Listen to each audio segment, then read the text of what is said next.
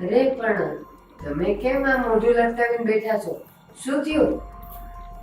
હા પપ્પા, હું પણ કાલનો જોઉં છું કે તમે કઈ ઉદાસ છો. શું વાત છે? જે કંઈ પણ હોય એ કહો ને. શું કહું બેટા, આ તારા કાકાના છોકરાઓ તે જોયા નહીં? એના મા બાપને એકલા મૂકી અને વિદેશ વયા ગયા.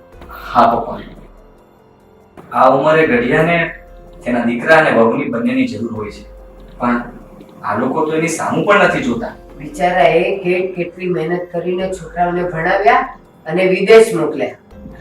તો શું આ દિવસો જ જોવા ભણાવ્યા હતા? આ દુનિયા તો તોય મા બાપની સામે જ આંગળી ચીંધે છે કે સારા સંસ્કાર નથી આપ્યા તમે. એમાં બિચાર એ લોકોનું શું વાંક? મારા ભાગ્ય તો સારા છે કે મારો દીકરો પણ વિદેશ છે, પણ જો એને આપણી પસંદની દીકરી સાથે જ લગ્ન કર્યા. મમ્મી, રસોઈમાં શું બનાવું? અરે આજે તો માનસીનો વારો છે, તું શું કામ ચિંતા કરે છે? એ બનાવશે. ના હો, રસોઈ તો વિરાજ બનાવશે. ભાભીના હાથની રસોઈમાં એટલો બધો સ્વાદ નથી જેટલો વિરાજના હાથમાં છે. હા, મારા દીકરાની વાત સાચી છે. તારા જેવી રસોઈ કોઈ નથી બનાવી. ઓહ, અત્યાર સુધી મારા હાથનું જમતા હતા તો કોઈને કાંઈ પ્રોબ્લેમ નહોતો, અને હવે એના હાથનું ભાવે છે. વાહ, ઘરમાં આવતાની સાથે જ મારા સાસુ સસરાને પોતાની તરફ કરી નાખ્યા. હું તને નહીં છોડું. જેટલું હવામાં ઊડવું હોય ને એટલું ઉડ. તારી પાંખ કાપીને જમીન ઉપર ન પછાડું ને તો મારું નામ પણ માનસી નહીં. શું થયું ભાભી? કાંઈ નહીં. હવે બધાને તારા હાથની જ રસોઈ ભાવે છે તો તું જ રસોઈ બનાવી નાખ ને. સારું.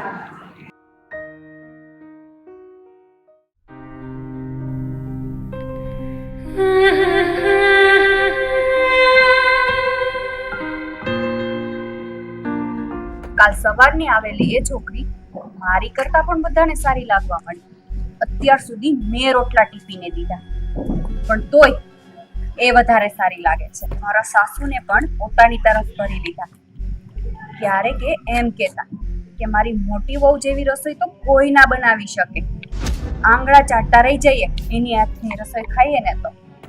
અને આ સાહિલ્ય મારી તરફદારી કરતા થાકતો નહીં, અને હવે એની બાયડીની સાઈડ લેવા લાગ્યો. પણ કાંઈ વાંધો નહીં, જોઈ લેશ બધાને.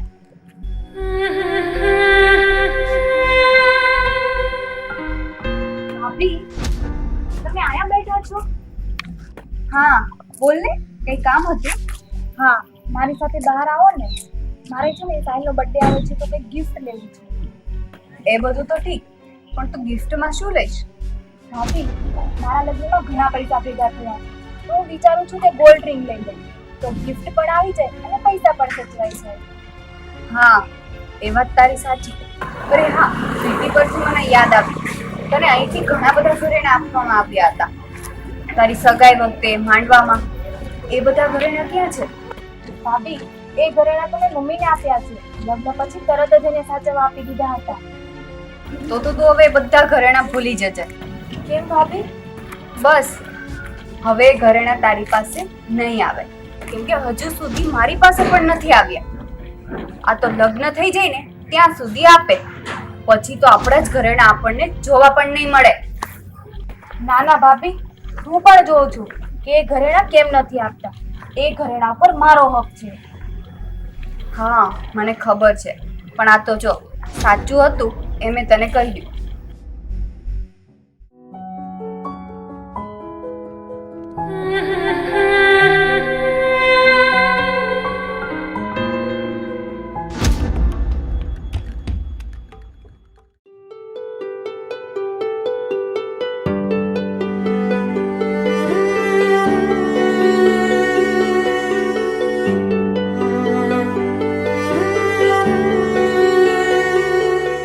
શું થયું?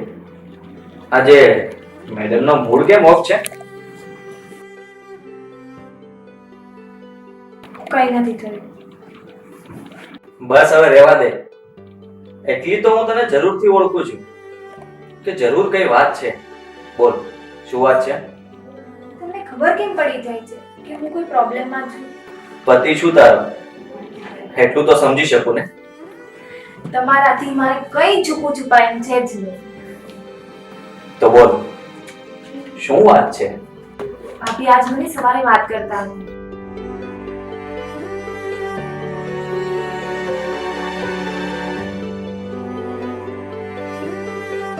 તો હવે હું વિચારું છું કે હું કાલ સવારે જ મમ્મી સાથે આ વિષય ઉપર વાત કરું.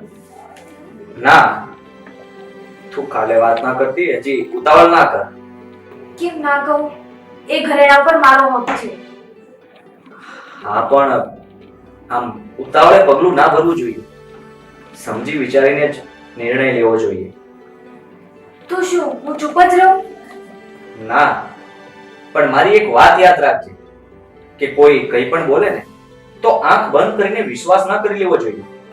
તું એકવાર તારા મનને પૂછીને કે શું સાચું છે અને શું ખોટું છે એ 100 વાર વિચાર કરીને પછી જ કોઈને ખોટા સાબિત કરવા જોઈએ. અને ત્યાં સુધી કોઈને ખરાબ ના ગણાય. તમારી વાત સાચી છે. હું હમણાં નહીં, થોડા દિવસ પછી જ વાત કરીશ. સારું.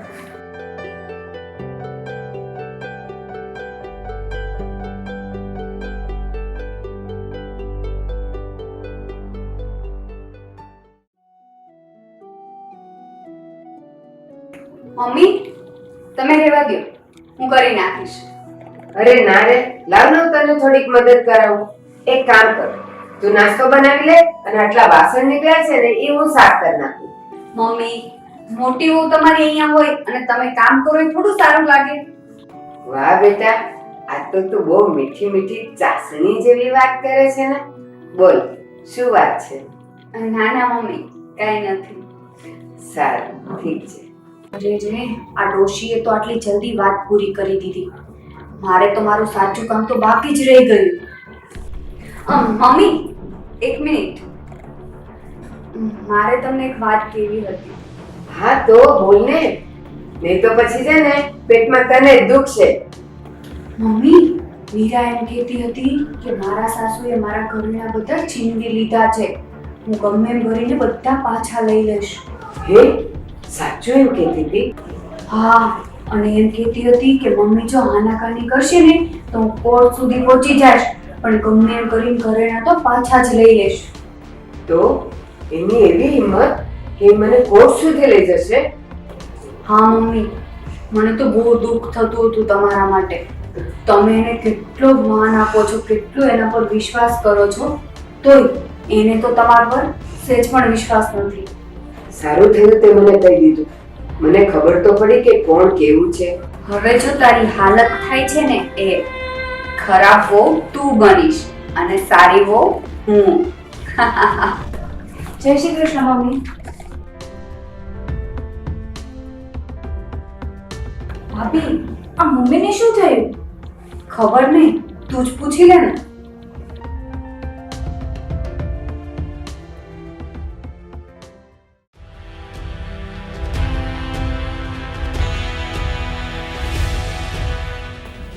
મમ્મી, શું થયું છે? આ વહુ તને બોલાવે છે અને જવાબ નથી આપતી. તમે મારી વાત સાંભળશો ને તો તમે બોલતા બંધ થઈ જશો. એટલે આ પૂછો તમારી આ વહુને. કેમ વહુ, હજી તો તને આવ્યાને ઝાઝા દિવસ નથી થયા ત્યાં તું અમને પોલીસ સ્ટેશનના ધક્કા ખવડાવીશ? મમ્મી, મેં એવું ક્યારે કહ્યું તમને? તું હવે જૂઠું નહીં બોલ. તે મોટી વહુને કીધું ને કે મમ્મી મારા ઘરેણા દબાવીને બેઠા છે અને કાનૂનનો સહારો લઈશ અને હું મારા ઘરેણા પાછા મેળવીશ. ના ના મમ્મી, હું આવું ક્યારે બોલી જ નથી. ભાભી, તમે જ કહો ને મમ્મીને કે હું આવું નથી બોલી. ઉલટાને તમે જ મને કહેતા હતા કે તે જે મમ્મીને ઘરેણા આપ્યા છે એ હવે પાછા નહીં મળે, તું ભૂલી જા. આ બધું ઘરમાં શું ચાલી રહ્યું છે? હું તને કહું છું, માનસી હો, તું કાલે મીરા વહુને તારી સાસુની વિરુદ્ધમાં આચાર ખોટી કરતી હતી ને એ બધી વાત મેં સાંભળી લીધી છે. વહુ, તે સાચું જ કહ્યું છે કે તારા ઘરેણા ઉપર તારો જ હક છે અને એ ઘરેણા મેં સાચવીને રાખ્યા છે. મેં મારા દીકરાને પણ કીધું છે કે એ તારા નામનું એક લોકર ખોલાવી દે અને હું ઘરેણા આપું એ તારા લોકરમાં મૂકી દે. અને માનસીઓ, જ્યારે મેં તમારા ઘરેણા નથી રાખ્યા મારી પાસે, મેં તમને આપી દીધા છે, તો પછી હું આના ઘરેણા મારી પાસે શા માટે રાખું? અને હાઓ, મીરાઓ તો હજુ ઘરમાં આવ્યા જ છે.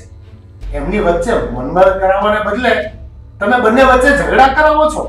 અત્યારથી જ એકબીજાના મનમાં ઝેર ઘોળશો ને તો આખો પરિવાર વેર વિખેર થઈ જશે. હા ભાભી, તમે તો મને જ ખરાબ બનાવી અને અમારા સંબંધમાં ઝેર નાખો, જે આખી જિંદગી રહી જાય. સારું થયું કે તમે સાંભળી લીધું અને આપણને પહેલેથી ખબર પડી ગઈ. નહીં તો આ મોટી વહુનો આપણે વિશ્વાસ કરત ને તો અમારા સંબંધ તો શરૂઆતથી જ ખરાબ થઈ જાય.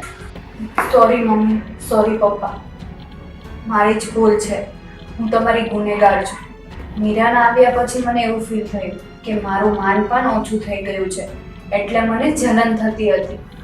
તમે બધા જ એના ગુણગાન ગાવા લાગ્યા હતા, એટલે તમારા બધાની નજરમાં મેં એને નીચી પાડવા આ કાવતરું કર્યું. પણ સોરી, હવે પછી આવી ભૂલ નહીં થાય. ના ભાભી, તમે સોરી ના બોલો. ભૂલ મારી જ છે કે મેં તમને ઇન્સિક્યોર ફીલ કરાવ્યું. બસ હવે જે થયું એ અહીંયા જ ખંખેરી નાખો. પણ ધ્યાન રાખજો, હવે બીજી વાર જો આવું કંઈ થયું ને તો હું માફ નહીં કરું.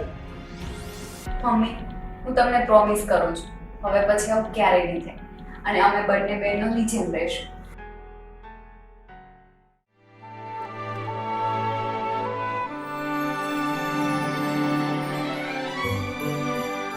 અરે વાહ, શું વાત છે! આજે તો ખુશ ખુશ છે ને? ખુશ પણ છું અને નિરાશ પણ થઈ ગઈ છે હવે. કેમ? Thank you so much. શ્રીમતીજી, થેન્ક યુ શા માટે? જો તમે મને એ દિવસે ના રોકી હોત ને તો ઘરમાં ઝઘડા ઊભા થઈ ગયા હોત અને સાસુ વહુના સંબંધમાં તિરાડ પડી ગઈ હોત, જે જિંદગીભર રહી જાય. સારું, ચાલો એક વાત તો સારી થઈ કે પપ્પાએ તમારા બંનેની વાત સાંભળી લીધી, એટલે ઘરમાં ઝઘડા ઊભા ના થયા. તારો વાંક નહોતો એ તો ખબર પડી ગઈ, પણ તારી અને મમ્મીની વચ્ચે ભાભી રાજ રમત રમી જાય. હા, સારું થયું મેં મમ્મીને વાત ના કરી, એ પહેલા જ બધું ક્લિયર થઈ ગયું. એક વાત હંમેશા યાદ રાખજે કે તને ઘણા લોકો નવું નવું સંભળાવશે, પણ તારે કોનું માનવું એ તારા ઉપર છે. જો એકવાર શંકા ઘર કરી જશે ને પછી શંકાનું સમાધાન નહીં થાય. એટલે જે કંઈ પણ કરીએ ને એ સમજી વિચારીને જ કરવાનું અને પછી જ નિર્ણય લેવાનો. હા, હવે હું કોઈની વાતમાં નહીં આવું. એકવાર શીખાઈ ગયું અને હવે હું આગળ ધ્યાન રાખીશ. ફરીવાર થેન્ક યુ સો મચ.